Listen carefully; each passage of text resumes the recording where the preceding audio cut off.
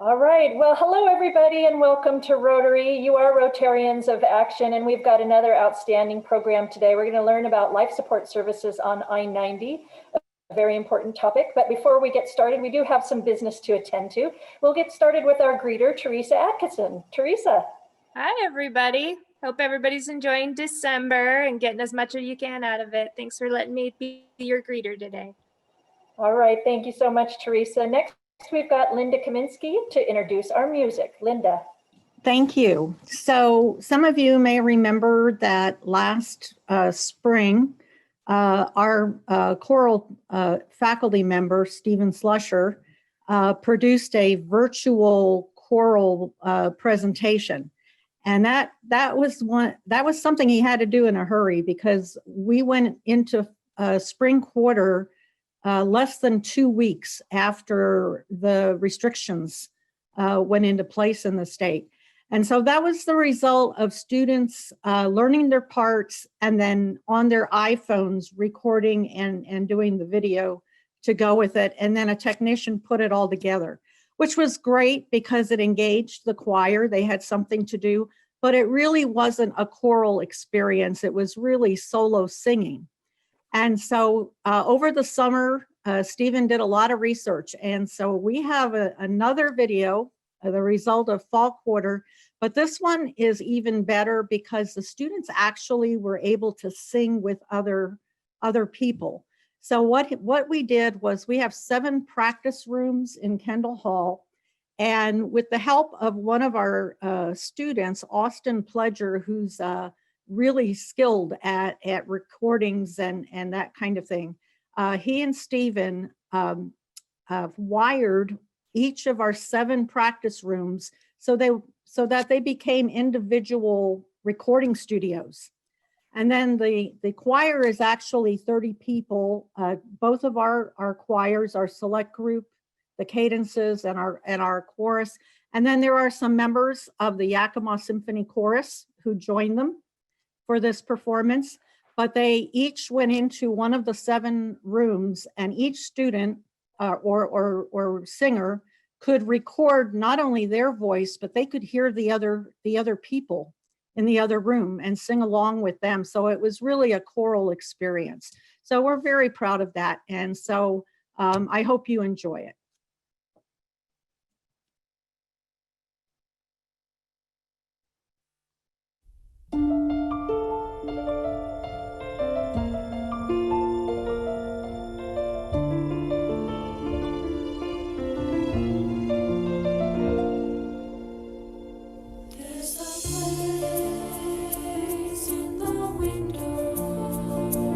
For a candle burning bright.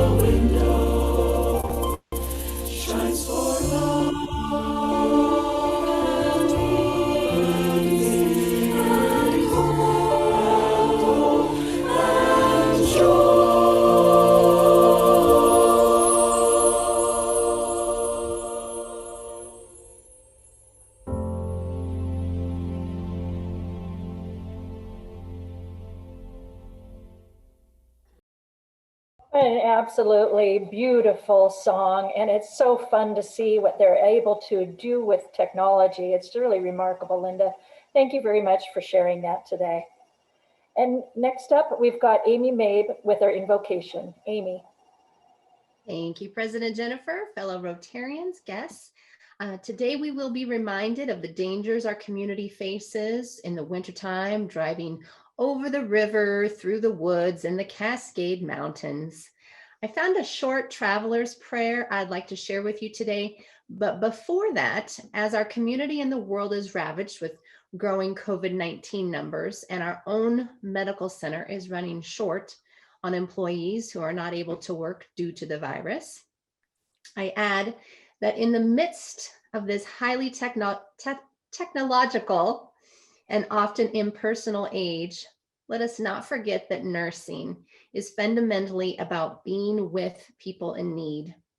It is about touch, a listening presence, a willing and compassionate heart that sees beyond symptoms and signs of illness to a person in need and to their community of concern. I ask that you keep our Valley's medical staff in your prayers and thoughts. And now for our travelers.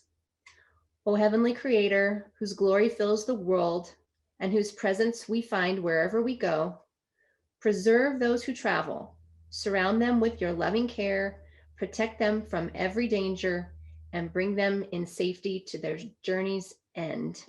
Amen. Thank you. How appropriate, Amy. And now, excuse me, I'm hearing some breaking news is coming through. We're going to interrupt this program for a minute. We need to go live out in the field to our reporter who's on it, Rick Fairbrook. Tell us what's happening out there, Rick. I don't know. There's a lot of ringing going on, and actually meeting and greeting a lot of people as they come into Fred Meyer North entrance. And we were talking about good this morning. And yesterday I had to jump in and fill a shift here. And I thought, well, I wonder what it's going to be like. And I tell you, it was so good to see people come in, put money in the red kettle with a positive mindset, greetings, and some joy. So bell ringing can be fun. I didn't have a small child with me. So I had to compensate by dressing up in something kind of crazy, and it seems to be working to some degree. I think some people avoid me and other people, donate. But we have a couple of shifts tomorrow, both 5 to 7 at Fred Meyer, either North and Grocery, and then that's Friday, and then Saturday we've got about 5 or 6 shifts. I can't remember them all, and I can't read because my glasses are fogging up with my mask on. So if you'll check the schedule, join in, grab a child, or dress up kind of funky in a Christmas attire and have some fun ringing the bell, raise money for our community for people who need it. Thank you very much. Over and out. Thank you, reporter Rick, for coming in live out in the field. Oh, Appreciate that. Thank you very much. And now you are on Rotary Meeting. There you are. All right. Get any better than that. That was absolutely wonderful. Thank you to all who have volunteered so far. And again, look at your calendar and please take advantage of those last few shifts. Nothing releases those happy brain chemicals than being out there and wishing folks a Merry Christmas and a happy holidays. So please make sure to sign up if you have some time before Saturday is over. Now, next I have an announcement, and unfortunately it's a little bit of somber news. You may have read that fellow Rotarian Ben Soria recently passed away. Ben was superintendent of the Yakima School District. During his tenure, he was named as the Washington Association of School Administrations as one of the most effective administrators for large school districts in 2002 and 3. And he was named Superintendent of the Year in 2006 and was actually a finalist in the top 4 for the 2006 National Superintendent of the Year Award. Now you can find his obituary online at yakimaherald.com, and it contains important information about the services. The funeral, unfortunately, is limited to family only. However, they are opening up to the community and asking folks to participate in a drive-by processional. It's going to be at Holy Family tomorrow at 11:30. The family hopes that there's a good turnout and in honor of Ben and to support the family. So please join them if you can. Now, next in our announcements, something that is not happening this month, but in January on the 19th, which is a Tuesday, you've got a lot of time to put this on your calendar and plan for it. Our Yakima Southwest Rotary is going to be doing a blood drive at what is the Red Cross building, but is called the Yakima Blood Donation Service from 12:30 to 5:30 on January the 19th. So again, you've got lots of time to plan for this, but there is more detail on Facebook. You do need to call 1-800-RED Cross to make an appointment for that, but hopefully you can participate in that as well.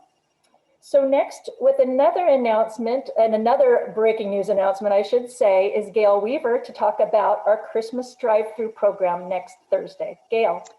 Okay, I'm getting in the mood. I hope you are too. So our meeting next week is with Santa. It's going to be from 4 to 6 at David McKinney's house. And thank you again, David. This will be a drive-through, as you know. Please meet in the Gilbert parking lot, and the social committee will be there to greet you and help you on your way. So if you've already let us know you're coming, thank you. If you haven't, just put your information in the chat box, and we'll count you in. We want to know how many adults are coming and how many kids will be in your car and what ages they are. So we're ready with their books and their goodie bags and cookies for you. So the social committee will be there. We're excited to see you and see you in person. So come in your car, give us a wave and say hello to Santa. See you there. Thanks, Jennifer. All right, thank you, Gail. We're looking forward to it very much. We'll be there to wave and to smile and share some holiday cheer. Next, our Sergeant at Arms is Margaret Filkins. Margaret. Hello, everybody. Okay, so I have a PowerPoint that Dwayne, our fearless leader, will get up there. Give you some quizzes for today. Remember at the end of this to send your money to Carolyn. Got a few questions for you, Dwayne. Let's go forward one. So today is December 10th. In what year was Encyclopedia Britannica first published? 1768, 1822, 1897, or 1903? Any thoughts? Well, we all need an encyclopedia to find out. It's 1768. They've been doing this a long time. Okay, next one. We just heard a little bit more about this. Just a reminder that Salvation Army bell ringing is going on. If you haven't signed up for a shift, pay $1 or more and go by and visit the people who are doing it. It is a lot of fun. Next one up. So today being December 10th is what? There's 32nd Rotary Meeting Without a Cookie from Bob Gerst, the 345th day of 2020, the winter solstice, or National Noodle Ring Day. What do you think, folks? You're a quiet group out there. You're not using the chat box. So today is winter solstice. Pardon? Winter solstice. Nope, not yet. It is the 345th day of 2020, and I know, yeah, somebody got me there. For those of you who did the math on it, this is leap year, so it's not what would normally be the 344th. It is the 345th.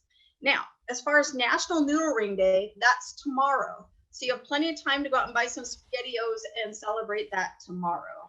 Happy National Noodle Ring Day tomorrow. Next one. Today is the first day of Hanukkah. What country has the world's largest menorah? France, Israel, the United States, or Brazil?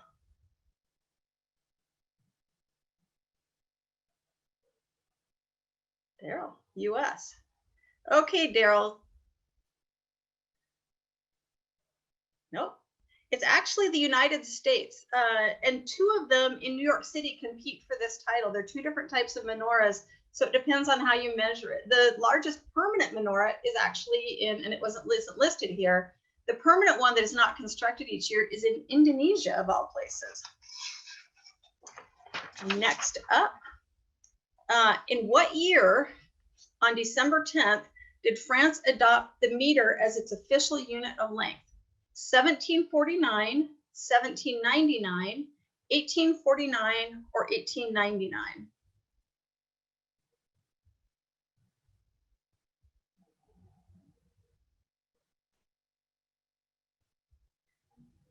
I am impressed that people know how far back. It was 1799.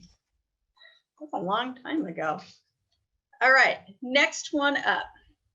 Today, or I'm sorry, next Thursday, and Gail may have given us some of the answers here, so be careful. Next Thursday is the drive-through Christmas event. It's at David and Amanda McKinney's house, so start at Gilbert Park and they will direct you. What will not be available that night? Santa, Mrs. Claus, and the elves, crafts, a book, a cookie for the kids. Maybe Bob will give the adults cookies too.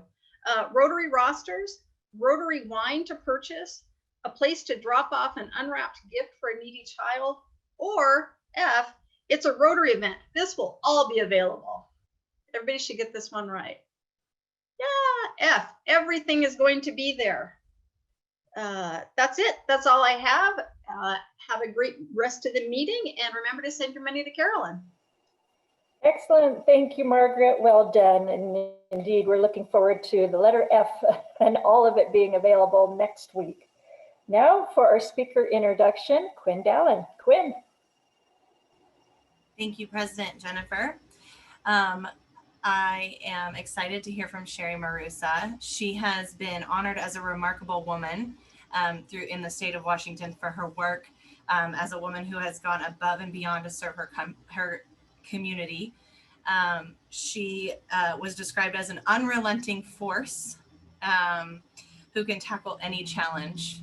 She, in response to a great need, she started Life Support I-90 in 1999. She's the founder and president of that organization and has raised millions of dollars to purchase equipment, 3 fire stations, and a 100-foot aerial ladder truck to help the first responders on the 40-mile stretch that runs from exit 93 to exit 53, or maybe better known as Snoqualmie Pass to Elk Heights and Elum, so that when things happen on that road, they can have faster and better response times.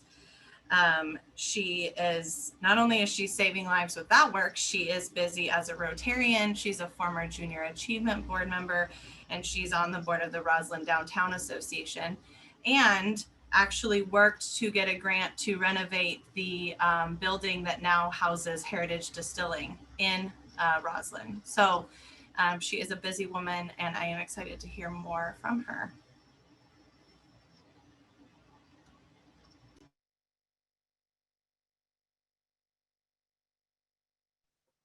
There we go.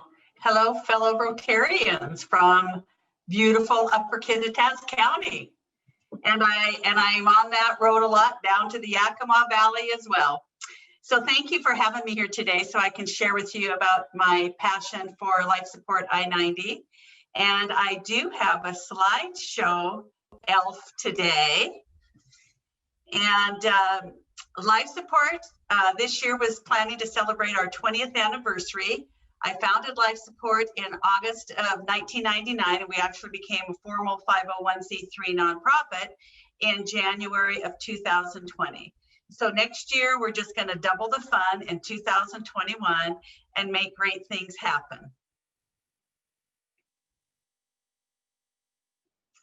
So Life Support was founded off of a tragic story by a young girl named Savannah Arp from Kent, Washington.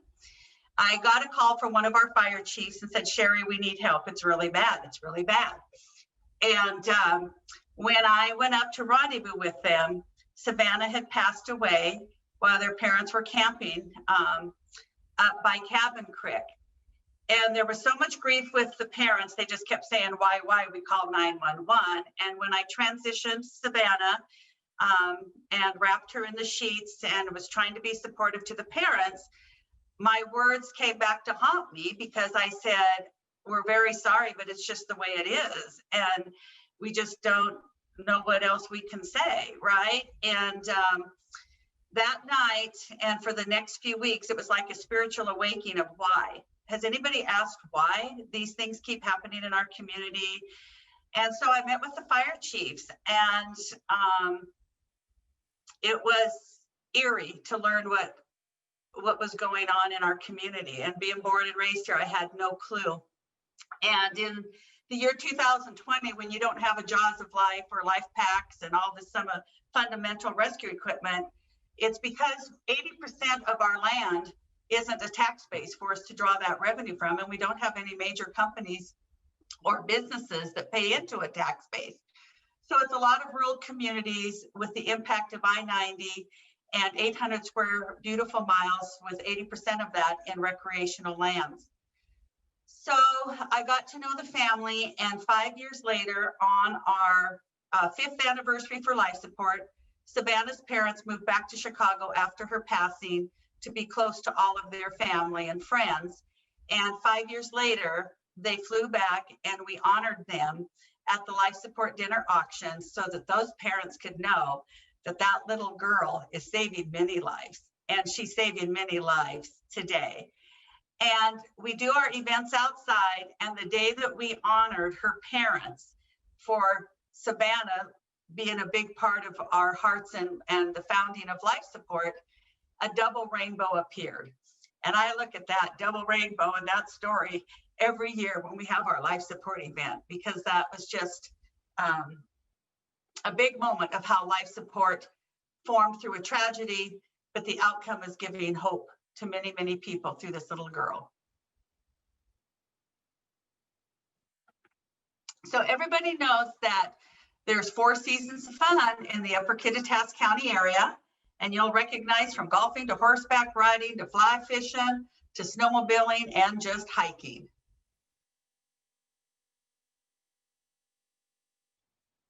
And life support is all about saving lives and saving property. The board chair of life support is the Honorable Sid Morrison. So his quote is, "All goes well for you traveling Interstate 90 is a beautiful evergreen experience. However, on this most dangerous stretch of the state's major east to west corridor, it is inevitable that numerous accidents will occur. And when they do, the medical response capacity is limited." When Sid was with the Department of Transportation, I reached out to him, and he, without hesitation, joined the Life Support Board and has been with us for 15 years, making this difference. And we just love Sid to the moon and back.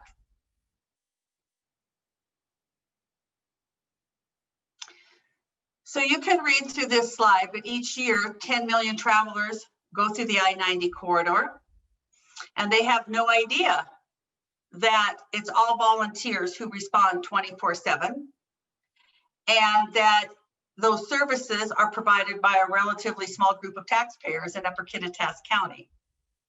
The demand for the services is outpacing what we can stay up with, therefore putting lives at risk. So you can see, okay, we'll just move on this one. So we had Kititas County Fire District 7 did a critical needs analysis, and the highlights from 2018 were very telling. That the average number of people we have on incidents is problematic, meaning at times there's just not enough volunteers to respond. The apparatus fleet is aging with no replacement because there's limited to zero funds to replace the cost of major apparatus. We do need more responders on the scene. But number 4 was the game changer, that no response. There was disturbing findings that 5 times in 2015, 13 times in 2016, 20 times in 2017, that a response rig or no volunteers were available to get out the door. That's problematic if you're the one that just called for 911.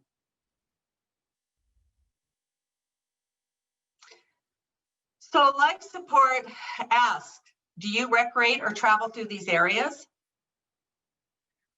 What happens when a major accident occurs? Accidents happen simultaneously. You need the nearest trauma center, east or west, or sometimes north central to Wenatchee, depending where you can be transported to. What happens when I-90 or I-82 or Blewett Pass is closed? What happens when an airlift can't fly in or out due to the weather? We're in a transitional weather zone, and you just need medical care. We don't have the solutions to all that, but life support became very committed to identifying what the needs were and to raise the funds and to provide the training for the volunteers and to keep championing our message statewide to achieve outcomes that serve the travelers, recreational users, and our surrounding communities that use I-90 and the highway system.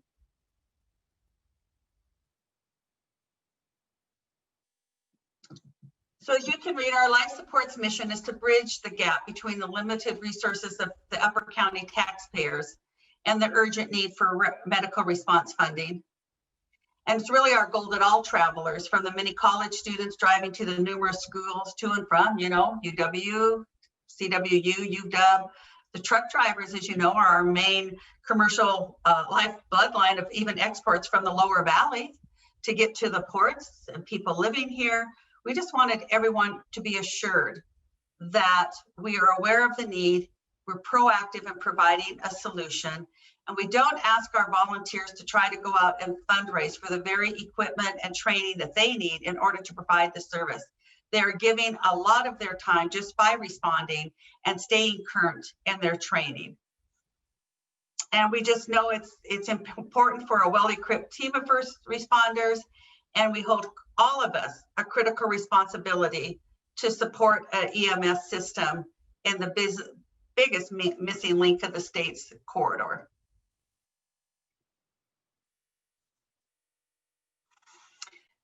The knowledge that I needed to find out came when I called Harborview, when life support was getting formed, and have stayed in touch as they have mentored us, Medic One, for all of these years. And Dr. Copass was the founding father with Dr. Cobb of the nationally recognized Medic One program that is so used today.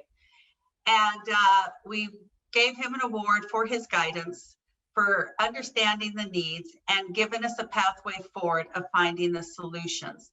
So this wasn't a group of housewives who formed in 1999 with no knowledge base of an EMS system. We took the time to learn, and we went to our state's trauma center to learn from the best and how to prioritize the needs to care for the residents of our community and all of the travelers.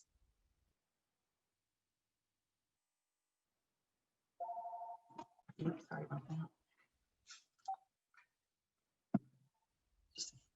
Our responders are the reason that we do the work we do today.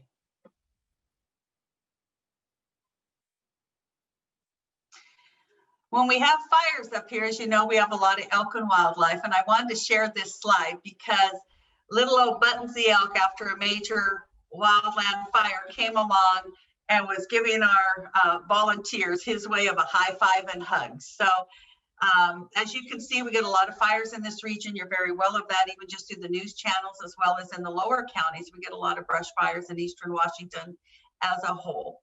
But I thought that was a pretty cool slide to see little Buttons coming down and hanging with our crew.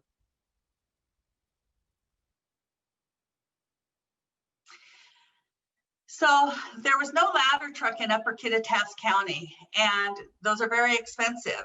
And so I went to the county fire marshal to ask for a letter of support. And in his letter, he said there is an urgent need for an aerial apparatus in Upper Kititas County with the growth and development and 2-story homes. And can you imagine that we're going to have a fire up here and that we would have to wait for a ladder truck to come from Ellensburg or Issaquah North Bend area? It just wasn't acceptable. So we did the heavy lifting. We reached out to different companies and an individual, and collectively last year we dedicated the ladder truck for our community. And as you can see here in the bottom corner, some of my board members are here, Sid Morrison and Chief Sinclair and Dr. Mark Reisman, Sina Lamper and I, and the donors that were dedicating the truck. EMS training is very, very important, and we very much support the EMS Trauma Council, who provides the classes to our volunteers.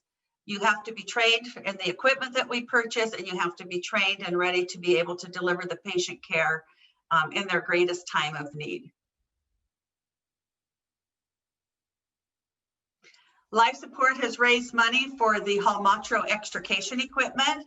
We have the battery operated equipment that we just got this year through a grant through Legends Casino, Safeway, and PEMCO, which eliminates a lot of the hydraulic hookups in mass casualty car accidents, that we can get to the victims quicker without having to hook up all the hydraulics and get them out. Life Support bought the first Lifepak 15 defibrillator, which is the standard in emergency care. And we had basic Lifepaks before, but we needed to get to a higher level of defibrillators, and we bought the Lifepak 15. And the biggest lift was identifying strategically where 3 stations needed to be located in this vast area. One was north towards Blewett Pass, Station 72, that we can access Blewett Pass, the Tiana Way, and the Highway 10 to Ellensburg.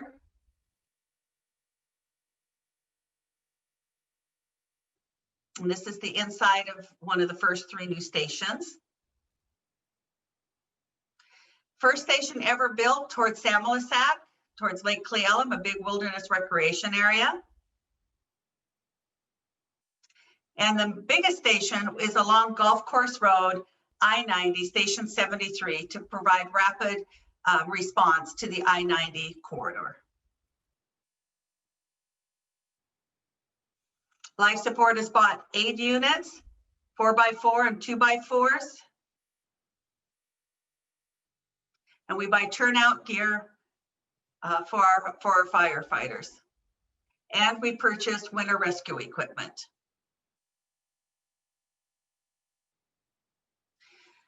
In the 20 years that we have been volunteering and advocating for life support, $7.4 million has been raised. We helped build the Cle Elum Fire Station and then the 3 district stations that you've just seen, and a list of all of the equipment and more that you see on this screen. Our commitment is unwavering in recognizing that when somebody calls 911, we are there to do our very best to give them the best possible outcome. It's been a heavy lift, but at the same time, it's a real joyous lift. So we do an annual dinner auction every July, and we're outside, and we're not dresses and ties. We're flip-flops and blue jeans and love our summer weather up here. And it's held at Swiftwater Cellars Winery. And as you all know, when you do your annual events, there's just a bitty frenzy and a lot of fun. Blue Thunder's a good friend of Life Support. I have relationships within the organization of the Seattle Seahawks, and they've been very supportive of our efforts. And every year, you just never know who's going to come and help us. And this was a fun night with Sydney and Bobby. And of course, we always just love to dance and have fun. Each year at our fundraisers, we have a specific ask that is strategically discussed with the fire chiefs, the EMS Trauma Council, and then Copass Medic One out of Harborview. And then, of course, no organization is successful without their volunteers. Finally, I want you to know, should you ever need EMS or fire services in our area, we, the emergency service volunteers, are committed to being there for you. And Life Support I-90 will continue to work so that it can be truthfully said, no matter what the outcome, tragic or even joyful, everyone deserves to know that everything that could have been done was done. Perhaps the life we save is your very own.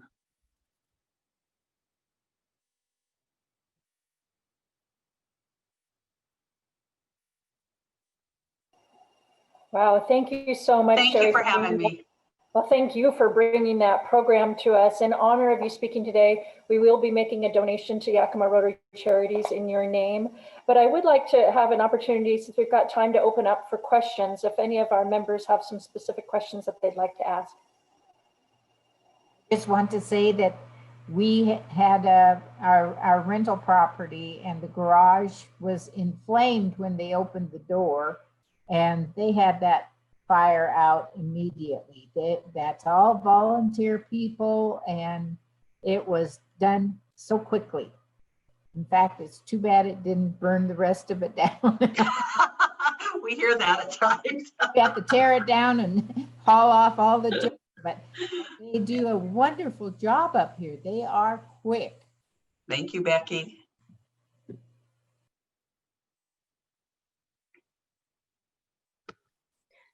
I'd like to ask Cheri, the overpass that they built for the wildlife, do you think that that is indeed helping with a little bit of the, accidents that include an animal running out in front of a car? It's had very little impact at this point. The animals are just starting to get familiar with it, and it's been a slow, maybe in the long run, but really the impact is coming down Easton Hill. That's the worst section coming over I-90 that you can impact and hit those deers and elk. Okay. Cheri, do you know that I've heard this before, the daily amount in millions of trucking that goes across the pass each day? We have a $4 billion export coming from the lower county to the ports of the state of Washington, but I'd have to circle back with Sid. I don't have the number of trucks that are going back and forth. Do you have the dollar volume that they would be carrying? I heard that someplace. I don't know for each individual truck. I just know collectively it's a $4 billion export industry that's trucked over Snoqualmie Pass to the ports of Western Washington. 4 billion per year. Yes. Wow. That's what I always tell them in Olympia. We mean something over here. We're good for the economy too. So just stay out of our kitchen and, we'll work and get it done.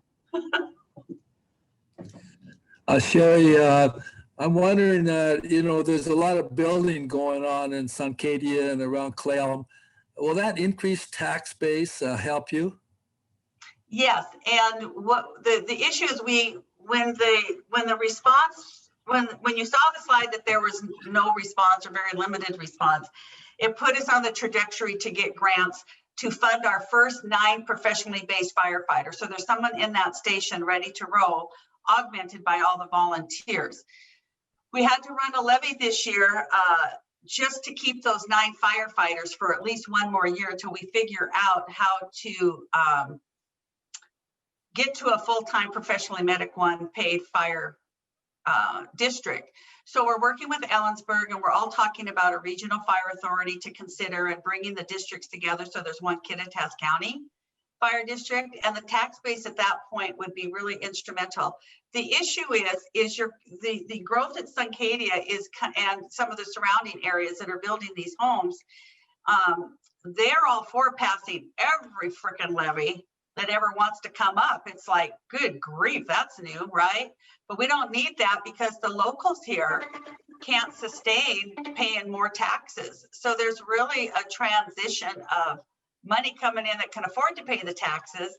But then with that growth, the locals that have lived here generationally, and a lot are just social industry, workers, hospitality, we can't afford the taxes. So sometimes you don't get the vote.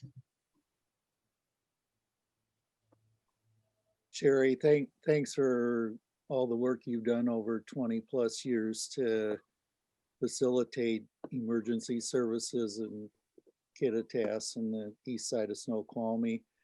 So you need a lot of support, but you're the emergency responder. And what's your typical triage? If Snoqualmie's closed, you can't go west. What do you do with your patients or victims? What's the usual methodology? Well, that is true. So I'm assuming everyone knows that the state law is for any major trauma, they're taken to Harborview unequivocally and or airlifted. So there's numerous times when an airlift is called in and you think they're going to make it, and then their weather pattern transitions on Snoqualmie Pass, and it's like it's a no-go, or they can't get over the pass with an aid unit. So we have KVH in Ellensburg. That's a great local community hospital who can provide that interim care until the weather patterns change. There's been transports to Yakima. Yakima, I believe, has lost a hospital recently or in the last year or two and has a real significant healthcare gap. North Central And it's just by a wing and a prayer, you know, that it's a very rare occasion, but you just don't want it to be you. Yeah. In our community right now, we have some serious shortcomings as a consequence of things over the last 10 years. And Wenatchee has managed to maintain a higher level of expertise for care, but you're also isolated from Wenatchee by another mountain pass, you know, further complicating things. So there's a lot of work to be done in this community to raise awareness of what's available and what isn't available. A lot of us have some waking up to do.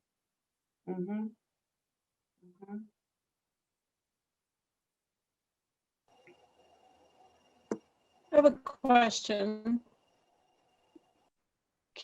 Curious about your emergency calls. What percentage is that for I-90 issues? 85%. So And we're do you get any funding? averaging about 1,400 calls a year right now.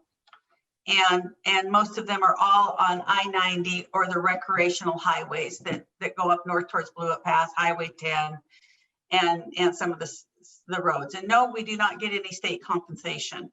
So there was a video clip, I think Quinn alluded to. I did a video because I worked so hard and volunteered so many hours in Olympia, bringing this to the governor's attention, saying, look, we need paid staff here. I mean, you've got a commitment to 10 million people. That's double the state's population practically, traveling I-90. And the legislators, the House and the Senate, and God bless Senator Warnick and Honeyford, all of them supported it. And we ended up in the budget for $885,000. Now remember, $885,000. So we can sustain and have professional firefighters strategically placed, ready to roll, and not people driving from our homes and, you know, and not able to respond. And the governor vetoed it. And I was so stunned, and I kept going back, and his message was, you got a community. You got to raise your taxes. You just tax the people. They got to pay for it. And I says, but the state has a responsibility here. You know, you have a responsibility. And so I had two choices, either to totally cry and break down, I was so upset, or get mad as hell, or just find the goodness in those that knew we had to have the solution. And we just chose the path of goodness.